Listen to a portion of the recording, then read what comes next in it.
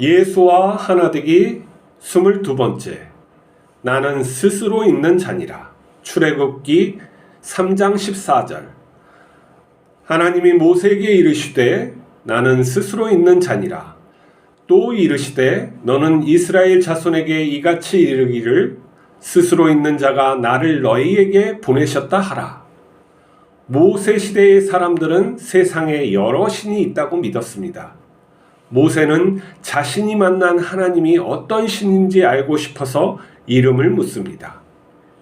이름은 그 존재의 정체성입니다. 하나님께서는 인간의 지적 수준을 넘기에 나는 나이다 라고 대답하십니다.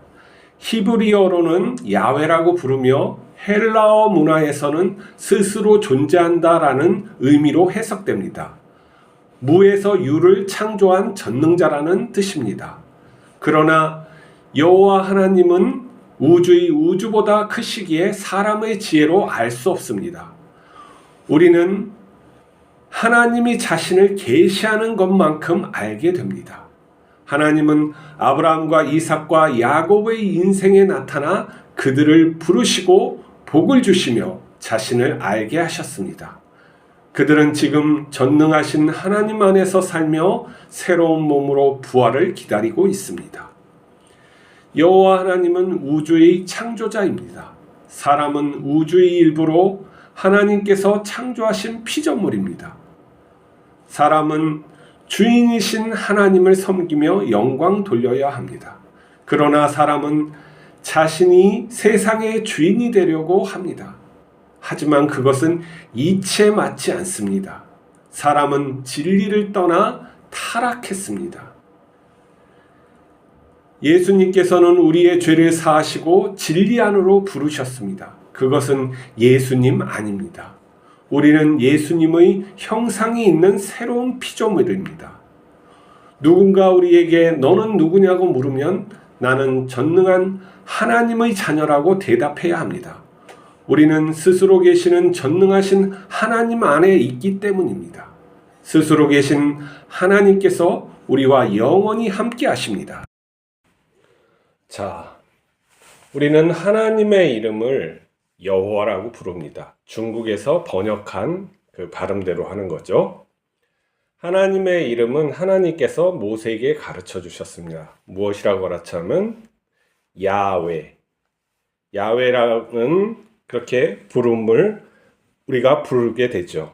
히브리어인데 이 지금 우리가 보고 있는 성경은 스스로 있는 자다. 이렇게 모세에게 하나님의 이름을 갖다가 이렇게 말을 하고 있죠. 번역하면 야훼를 번역하면 스스로 있는다. 스스로 존재한다는 의미인데 이것은 성경이 헬라어로 번역될 때 헬라인들의 관점에서 하나님을 이해할 수 있게 그렇게 스스로 있다라고 해요. 원래 원어로 보면은 나는 나이다 해요. 나는 나이라는 것이 도대체 뭐지? 나는 나가 뭐지? 이거 하면은 그러니까 우리가 하나님을 갖다가 탐구해서 알 수 없다는 거예요. 그러면 어떻게 해야 될까요? 하나님께서 자신을 우리에게 가르쳐 주셔야지 우리가 하나님이 어떻다라고 말하죠. 그래서 우리가 탐구해서 아는 하나님이 아니라 하나님께서 우리에게 가르쳐 줘서 자신의 모든 면을 알려주시는 거예요. 그렇기 때문에 하나님께서는 아브라함의 하나님, 또 이삭의 하나님, 야곱의 하나님이라고 한 거예요. 이 의미는 무엇이냐면은 경험되어져서 그들에게 나타난 하나님이 어떠한 모습으로 나타나셨는지 체험되어져서 그 하나님을 알 수 있는 거예요. 왜 그러냐면은 하나님께서는 우주를 창조하실 수 있는 전능자예요. 우주보다 크신 분이란 말이죠. 우리가 우주를 볼 수도 없죠. 우리의 눈으로, 우리의 인식으로 어떻게 되어 있는지 정확히 볼 수가 없어요. 우주 너머에는 더 알 수가 없죠.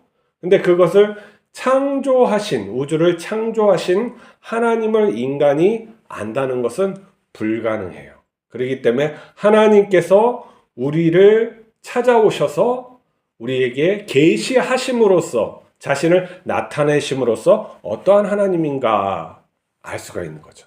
그들에게 나타나신 하나님은 무엇이냐면 선하시고 전능하신 하나님이에요. 거룩하신 하나님. 이 세상에 어떠한 피조물로도 비교할 수 없고 말할 수 없어서 나는 나이다 라고 하는 거예요. 그래서 우상을 만들어서 하나님처럼 섬기면 안 돼요. 우상의 어떠한 형상도 하나님과 견줄 수가 없어요. 그것은 죄가 되는 거죠. 그걸 갖다가 뭐예요? 규정하는 거기 때문에, 하나님을 규정하는 거기 때문에 그 우상 숭배는 안 되는 거예요. 이기 때문에 모든 것은 하나님을 향한 상징으로 사용할 수가 있는데, 상징을 잘못하면은 어떻게 해요? 우상화시키는 거예요. 신을 우상화시키는 게 여러 잡신들이 많이 있는 거죠. 그래서 하나님께서는 어떠한 것으로도 우상을 만들어서 너를 위하여 우상을 섬기지 말라. 이게 뭐냐면 너를 위하여 하는 거예요. 인간을 위하여 하나님의 어떠한 것을 만들지 말라는 게 하나님의 말씀이죠. 그러면 어떻게 되겠어요? 우리가 살아있는 말씀을 우리가 알고 또 하나님과 함께 함으로 애쓸 때 하나님께서 우리에게 오시는 거예요.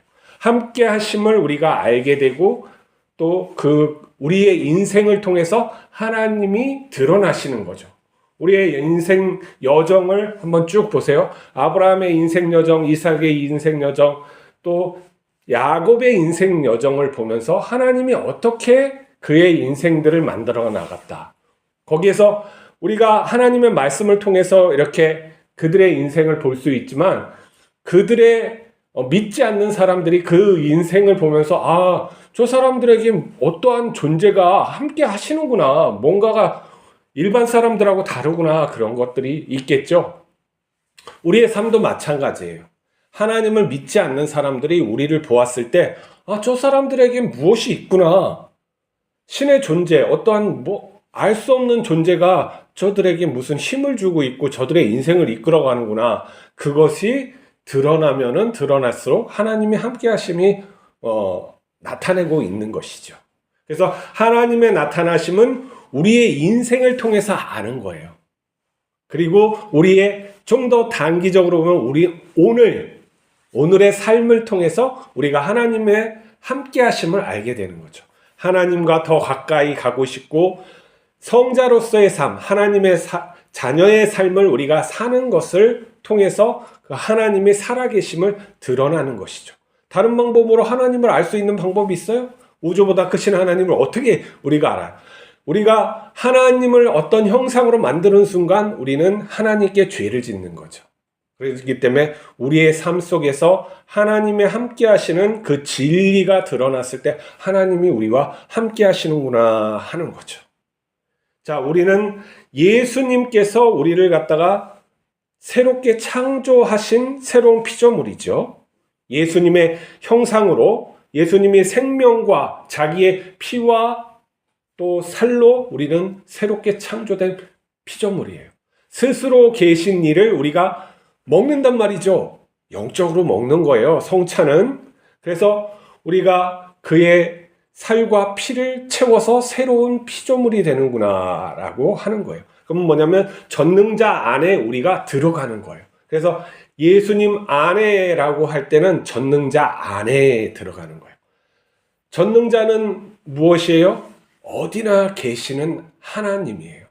이 우주 바깥에 어디나 계시는 하나님. 우리는 어디에 있냐? 예수님 안에 있는 것이죠. 또 우리 안에 하나님이 계시는 거예요. 우리 옆에 예수님이 계시는 거죠. 진리란 말이에요. 그러나 사람이 자기 주도적으로 자기 스스로 인생을 자기 뜻대로 살려고 할 때, 하나님의 뜻하신 방향과 할 때 이 대원칙, 이 우주를 창조하신 하나님의 원칙에 어긋남으로 어떻게 돼요? 그게 바로 죄가 되는 거예요. 피조물이 능력이 제한되고 지혜가 제한되고 진리가 아닌 존재가 자기 뜻대로 살 때 부정적인 것이 나올 수밖에 없어요. 세상의 모든 악들은 하나님께서 만드신 것이 아니라 인간이 그리고 생명이 자기 뜻대로 살고자 함으로써 드러나는 잘못된, 결핍되고 불안하고 어떠한 그리고 타락한 그런 모든 것들이 일어나는 거죠. 자기 뜻대로 살 때. 우리는 그래서 하나님의 진리 안에서 살아가게끔 부르심을 받은 거예요. 그것은 선한 것이며 생명을 살리는 것이며 서로 나누는 것이죠. 그리고 상대를 존중하면서 또 존재 대 존재로서 우리가 바라보는 것이죠. 어떠한 무엇을 잘 이루기 위해서 부부가 존재하는 건 아니에요. 소통과 나눔, 거기에서 오는 기쁨, 하나님을 향한 그 알매 채움, 이런 것을 잘 하기 위해서 부부가 존재하는 것이죠. 어떤 집을 좋은 거 사고 내 자식을 이렇게 할 때 그 목적이 본질적인 삶을 깨트린다는 거예요. 그것은 우리가 성실히 살아갈 때 주어지는 하나님의 복들이죠. 저 사람은 착한데 좀 성실하지가 않네? 이건 말이 안 돼요. 성실한 것이 착한 거고 착한 게 성실한 거예요. 성실한 것은 또 무엇이냐면 하나님의 뜻대로 살려고 하는 거죠. 의를 향해서 우리가 살아가는 것을 말하는 거예요. 그렇지 않고 어떠한 목적을 위해서 사는 게 아니라는 거예요. 우리가 예수님의 뜻대로 예수님의 행적을 따라 살지 못하면 자기가 그렇게 불의하게 살고 있는데도 불구하고 하나님의 이름을 더럽힐 수가 있어요. 예수님께서는 어떻게 사셨어요? 낮은 곳에서 섬김으로 사셨단 말이에요. 우리가 정말 낮은 곳에서 섬기려고 살고 있는 것인지 높은 곳에서 자기의 주장을 떠들려고 하고 있는 것인지 청지기로서 사는 것인지 주인으로서 사는 것인지 자기 자신을 뒤돌아봐야 되겠죠. 뒤돌아보면 자기의 여정이 있는 거예요. 거기에서 어떠한 열매가 열리는지 보면 되는 거예요. 세상의 의를 위한 것인지 하나님의 의가 나타난 것인지 하나님의 영광이 나타나야지 생명이 살린단 말이에요. 우리가 어떠한 생명을 살리는 것이 아니라 하나님의 영광이 나타나야지 생명이 살리는 거예요. 우리는 생명을 살리는 게 아니라 쓰임을 받는 것이죠. 하나님이 나와 함께 하시는 거예요. 진리가 나와 함께 하시는 것이 드러나는 거예요. 그 진리가 우리가 영생이구나, 생명이구나, 그런 것을 깨달아야 하는 거죠. 그걸 깨달지 않으면 그런 게 우연히 생기고 생각하기 진리와 이런 건 생각하기나 그런 헛된 망상을 하는 거예요. 우리가 지혜가 없어서 99 중에 하나는 잘 못 판단할 수 있어요. 그렇지만 99개는 확정되고 확실한 거예요. 그대로 살면 되는 것이지 그것을 잘못 살면 회개하고 다시 돌이키면 되지 그게 아니라고 부정하는 건 하나님이 안 계시다고 부정하는 것과 똑같은 거예요. 우리 인류 사회에선 하나님이 충분히 진리를 가르쳐 줬어요. 내가 그것을 받아들이지 않으면은 진리는 헛된 것이죠. 진리가 헛된 것이 아니라 우리가 헛된 것이죠. 자, 우리는 스스로 계신 하나님 안에 있는 존재예요. 그 존재답게 우리가 사시길 바랍니다. 내 옆에 하나님이 계시고 내 안에 하나님이 계시다는 걸 잊지 않고 살아가시길 바랍니다. 하나님께서 살아계시기 때문에 반드시 증거하십니다. 기도하시겠습니다. 거룩하신 하나님, 나는 나이라고 말씀하셨으며 또한 스스로 존재하셔서 모든 것을 있게 하시는 하나님인 줄 믿습니다. 우리 또한 만들어주시고 또한 당신을 향해서 가게 하심을 감사합니다. 우리가 예수 그리스도의 손을 잡고 오늘도 하나님이 뜻하신 대로 살아갈 수 있게 하여 주시옵소서. 우리의 삶에 나타나 하나님께서 함께 하심을 드러내 주시옵소서. 우리 주 예수 그리스도의 이름으로 기도하옵나이다.